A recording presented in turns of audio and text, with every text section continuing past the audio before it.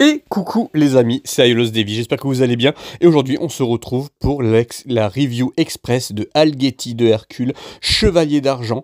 Et oui, celui qui tout simplement arrive avec Dio et Sirius contre Seiya lors de la période Aiolia, China, voilà, dans la rencontre dans la forêt.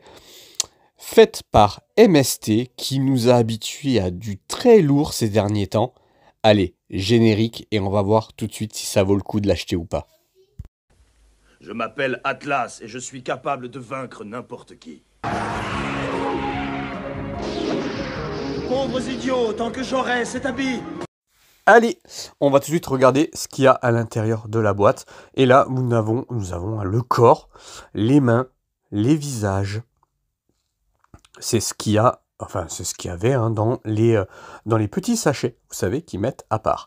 Et ici, nous avons un petit zoom, notamment sur visage-main, cache-main en fer, donc en acier, c'est plutôt sympa. Et là, nous avons les 3 visages, et il y en a un supplémentaire qui est directement sur la figurine que vous avez vu tout à l'heure. Visage pas raté, mais pas fou non plus. Voilà, on nous a habitués à mieux au niveau des visages. Et là, nous avons ce qu'il y a à l'intérieur, des blisters. Donc les pieds, épaulettes. J'aime beaucoup le vert, j'aime beaucoup la couleur, la teinte, qui n'est pas totalement accurate à l'animé, on est bien d'accord. Mais en tout cas, ça rend plutôt bien ces pièces de MST qui nous habituent toujours à un paint très très sympa, franchement c'est toujours très très beau. Là nous avons effectivement le plastron et l'abdomen totalement en fer aussi, voilà, assez bien pour le remarquer, pour faire remarquer que c'est vraiment du qualitatif. Quelques petits pets de peinture mais vraiment très très très léger, voilà, et vous voyez comme c'est plutôt beau et que ça rend plutôt bien. Je suis plutôt impressionné par le paint. Et là nous avons ici, je vous la fais tourner pour vous montrer un peu ce que vaut ce Alghetti de Hercule. Personnage, somme toute anecdotique, un chevalier d'argent qu'on voit très très peu, pulvérisé comme ses 2 autres collègues par Seiya avec l'armure du Sagittaire. Honnêtement, voilà, c'est pas le personnage que j'attendais le plus, mais en tout cas, la conception, comme d'habitude chez MST, elle est plutôt propre. Et franchement, ça fait plaisir de pouvoir compléter les chevaliers d'argent.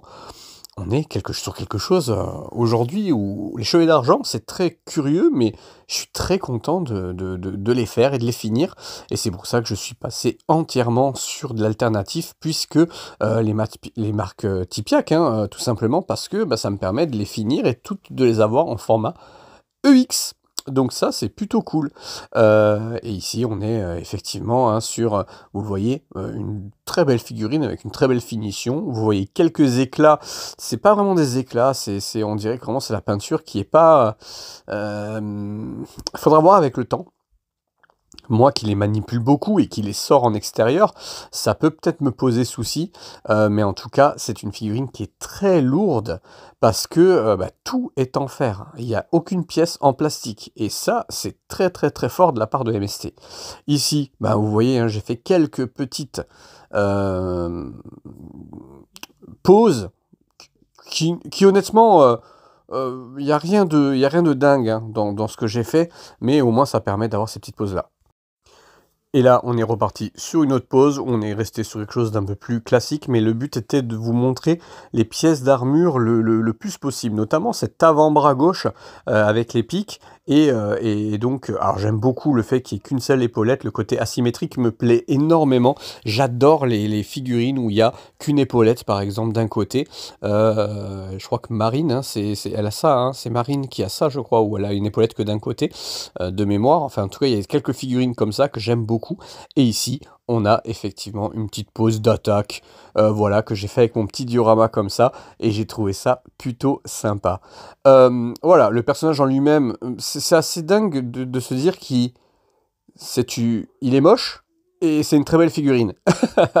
Voilà, voilà, c'est un moche beau, quoi. Voilà, c'est une réussite. Il réussit souvent les personnages un peu disgracieux, et lui en fait partie.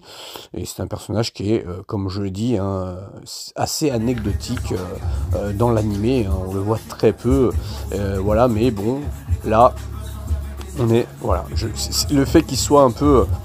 titan comme ça. Alors à noter quand même que j'ai eu quelques soucis sur la figurine, je vous l'ai pas dit tout à l'heure, mais j'ai eu beaucoup de mal à enfoncer les pieds, rien de grave, hein, mais j'ai eu beaucoup de mal à enfoncer les pieds. Les pieds enfin les tiges qui se mettent dans les jambes avaient beaucoup de mal à rentrer. J'ai dû forcer comme un âne, j'ai eu très peur. Vous voyez qu'il n'est pas équipé d'Elycra, c'est pas très grave en soi, mais en tout cas on est sur une très belle figurine avec une finition. Bah, si je peux vous dire juste quelque chose, si vous voulez compléter vos chevaliers d'argent, allez-y, foncez, c'est une réussite pour moi, d'autant plus que j'ai vu la version de CS Model, je crois, quelque chose comme ça, hein, je crois que c'est CS Model, et qui pour moi n'est pas à la hauteur de celle-ci. C'était Aiolos Devi, j'espère que vous avez kiffé, et je vous dis à bientôt.